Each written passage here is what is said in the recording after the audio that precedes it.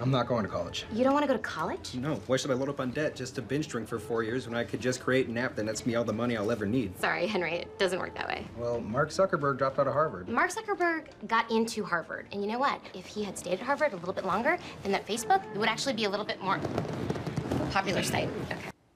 All right. Well, does that clip here encapsulate the way more and more high schoolers are beginning to feel about college, maybe in some of the parents? Is there any truth for some, not for everybody, obviously, but for some kids now, that the number of people going to college, that it's increased every generation, right? Well, that trend could soon change. Could the next generation of kids actually have fewer college graduates? Now, with the cost of college increasing more than 1,000% in the past 30 years, think about that.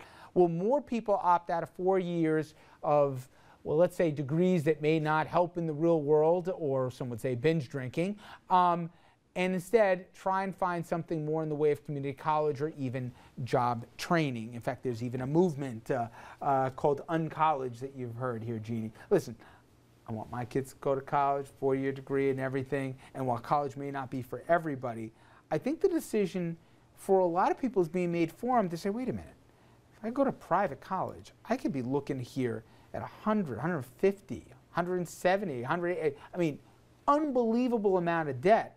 It's going to take them a decade to pay off. They'll have to take jobs right out of college just to make some money to start paying this down that may not even advance their careers. Economically, it may not be the best bet. Yeah, you know, I think, can I play devil's advocate Please. here? Because there's a lot of talk about, you know, why you shouldn't go to college. I'm not pulling this conversation out of thin air. And absolutely, if you saw the New York Times, oddly enough, the style section this weekend, they had a big cover story about, you know, why not, you shouldn't go to college.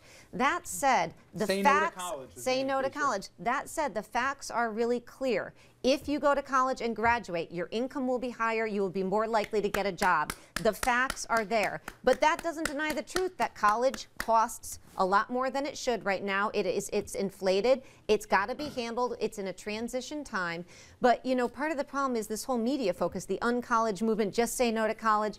You know, Mark Zuckerberg, yes. Harvard students, Princeton students, some of these upper middle class students, they can say no to college and move out to Silicon Valley and maybe make a life for themselves and end up on Oprah. And in the end, I agree with you. But here's my question, though, Jeannie. The lower middle class students who are at, you know, state schools. Make a That's not happening compelling to them. argument, though, to the student and the parent out there who says, if you get an English degree now, undergraduate, and believe me, okay, a poli-sci degree, so we don't even think I'm taking shots at anybody. I'm with you.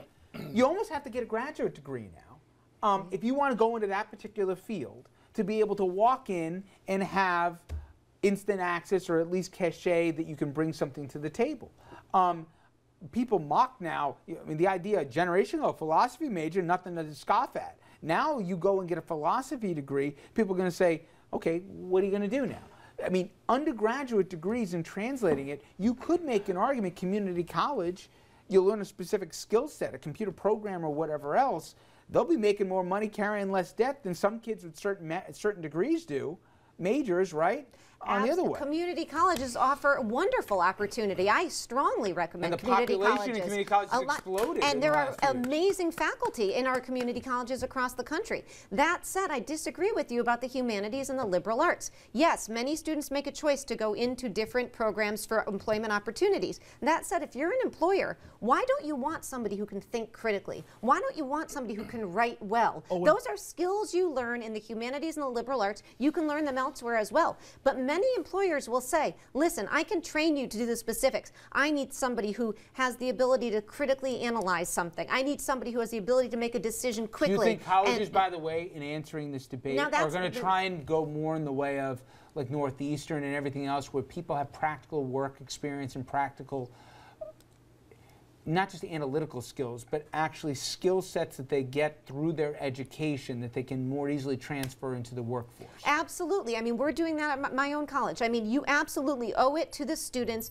to give them the skills that they need and want to make a life for themselves. But that doesn't deny the importance of the humanities and the liberal arts. We've done a bad job communicating that college is too expensive, but there is room out there for change. And you know, listen, colleges and universities are in transition in this country, and right they should be. We need to find a different way. We can't hold lower and middle class students to these costs. It's outrageous. But that said, it doesn't mean that you should abandon college. It's not in your interest. But Dom, you know, a lot of people doing the math right now, and they're saying, wait a minute, I'm spending X grand a year, or more important, my kid's getting saddled with this. I did it. I spent, I don't mind saying it, $50,000 a year for my daughter to go to Syracuse University, and I love my daughter to death, but I regret every dime that I spent up, no offense, Dean, up at Syracuse University. The Orangeman? The Orangeman. That Orangeman was $50,000 a year. Which is pretty my standard. son, That is my pretty son, standard. and I recommend, I agree with the dean, please go to college. You got a better chance of going to the NBA than starting the next Facebook, okay? It's not gonna happen if you don't go to school. Go to community college. That's what we're doing with my son. I think it's like $3,000 a semester, or $4,000 for the year.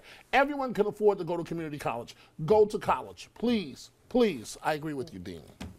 Any pearls of wisdom My there? degree's in sociology, and I seem to have landed in a decent field. You did. Sociology. I'm a social I scientist want the as well. money back from Syracuse. Don't look at me. All right, when we come back here, we are going to get into some interesting talks at the table, including South Carolina Senator Jim DeMint.